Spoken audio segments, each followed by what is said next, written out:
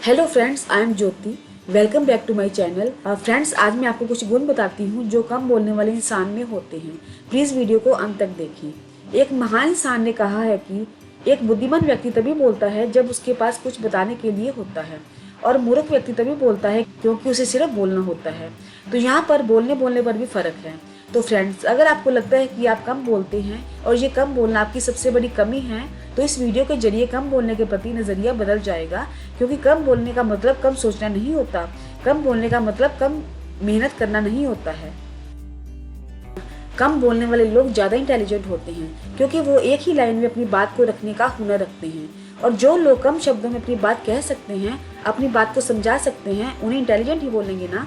अगर आपको अपनी फीलिंग्स को जोर देकर समझाना है तो कम से कम शब्दों से कहना सीखें, कहानी मत सुनाइए।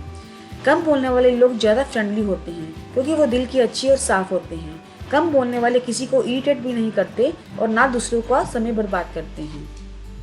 कम बोलने वाले लोगों में ज़्यादा सफल बन पाने की काबिलियत होती है। जो कम बोलते हैं उनमें पैशन, धैर्य का बहुत बड़ा भंडार होता है और वो फालतू बातों में टाइम वेस्ट नहीं करते। उनका टाइम मैनेजमेंट भी सही रहता है। अगर आप एक अच्छे लिसनर हैं तो सामने वाले को लगेगा कि आप उनकी बातों को वैल्यू दे रहे हैं क्योंकि आप एक समझदार इंसान हैं। जब कोई आपको एक समझदार इंसान समझेगा तो आपका अंदर का कॉन्फिडेंस बढ़ेगा। चुप रहकर किसी का दुख बांट लेना मूर्खता नहीं बल्कि समझदारी होती है, इंसानियत होती है। तो ये समझदारी अच्छी होती है। तो ये बताइए कि कम बोलना कमी हुई या खासियत हुई? तो जी फ्रेंड्स, बिल्कुल ये खासियत हुई।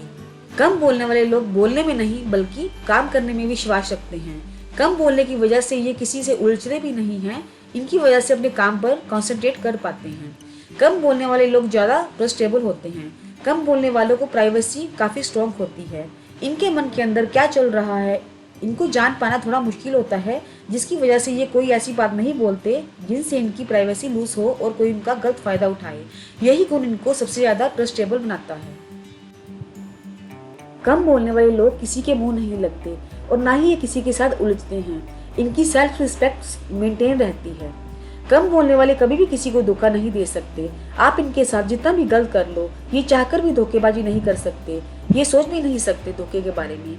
इन्हें लगता है कि ठीक है, उसने जैसा भी किया, मुझे अपने अंदर की इंसानियत दिखानी चाहिए। अगर मैं भी ऐसा करूंगा तो सही बात नहीं होगी। ये धोखा बहुत खाते हैं और सीखते जाते हैं। ये धोखे को नॉर्मल पार्ट ऑफ लाइफ ले लेते हैं। ये अपना इनपुट बहुत अच्छा देते हैं। ये दूसरों की खुशी देखना चाहते हैं। गहराई इनकी जिंदगी का हिस्सा होती है। ये काफी गहराई में जाते हैं। ये बहुत ही ज्यादा इमोशनल होते हैं। किसी व्यक्ति की परेशानी को देखकर सोचते हैं कि इनकी मदद करनी चाहिए। ये बहुत क्रिएटिव होते हैं और मुश्किल हालात में भी पॉजिटिविटी को ढूंढ लेते हैं। ये बहुत अच्छे ऑब्जर्वर होते हैं। इनको गॉसिप, शिकायतें, चुगलियां पसंद नहीं होती। इनको इन चीजों में अच्छा नहीं लगता।